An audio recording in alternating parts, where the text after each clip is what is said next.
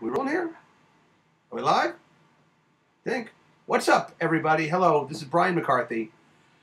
I'm back in New York now. I've been back for a few months. I haven't done one of these things in a long time because I do the interview show, and I was horribly lonely in living in California.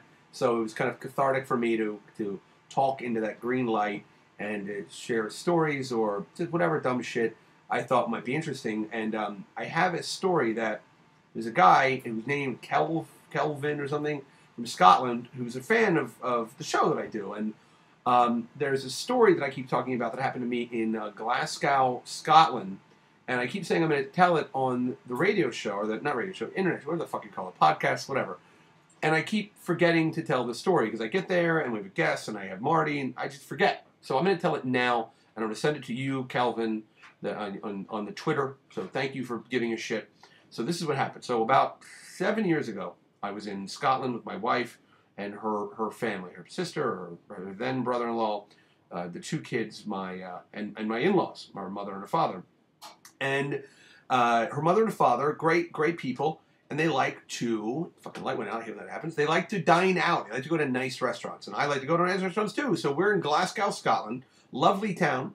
I had actually left the vacation for like a couple of days because I actually shot a commercial in Boston, so I had to, whatever, back and forth. So we come back to Glasgow, and we had one night where we didn't take her sister didn't come with us, and we didn't have the two kids, so it was like me, my wife, and her parents. And we were going to go to one of these really nice restaurants in Glasgow. So, okay. So and then that night after then, my wife and I were going to go out and party or whatever. We'll go to a nightclub or whatever, just see what's going on. It was like our night to like go out and just fucking see what's happening in Scotland. So, we were in the cab, and her parents knew that we were going to go out that night and to go out and, party and go run around. And her mother was always very curious about me and like the way I sort of would talk to people and deal with people and things. So I said, she goes, how are you going to know? She's English, by the way. I'm not going to fucking attempt to impersonate my mother-in-law's accent at the time. But she goes, how are you going to find out where to go tonight? Where are you going to find out? And I said, well, we're going to a very nice restaurant.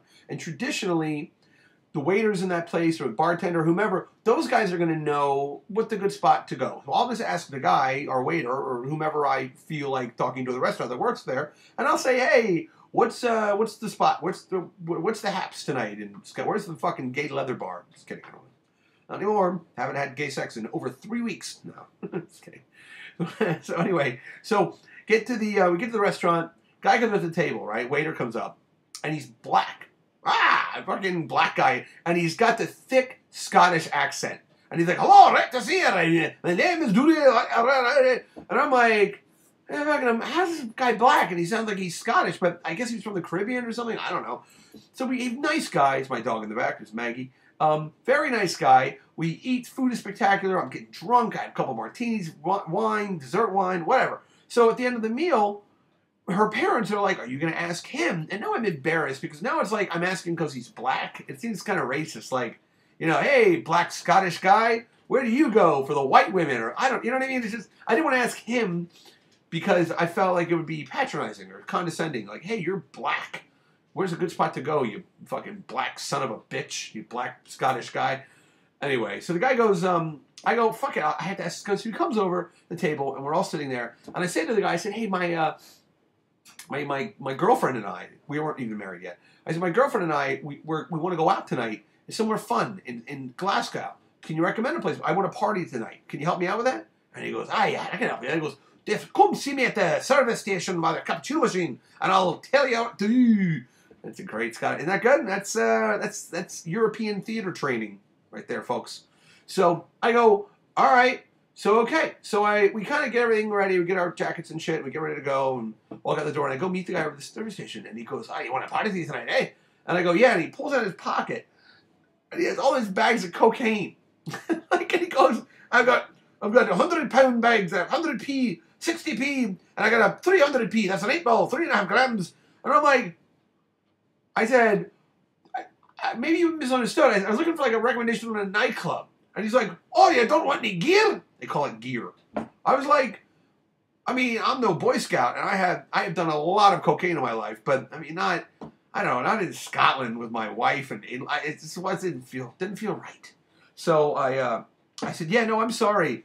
Sorry, Miss. And he goes, yeah, go down the walk, Charlie McFun. So he sent us down some way, but it was like the most, he just kind of put the Coke back in his fucking apron. And I went out to my in-laws, and they were like, how'd it go? And I was like, he recommended a spot. And then later on that night, I told my wife what happened, and she was like, oh, only you. And then later on that night, we had a cab driver, and I asked him about ecstasy, and he said, I found a pill. He goes, I found it. They all sound alike in my Scottish accent. He goes, I found a pill of ecstasies on the floor of my cab earlier tonight. I took it. I've been on ecstasies all night in my cab. I feel great. I'm like, are cab drivers on ecstasy? So Glasgow, you're fucking a crazy place. God bless you. All right? Thank you. Hope you enjoyed that. It was too long, I think. But if you hung in there, I hope you enjoyed it. Thank you.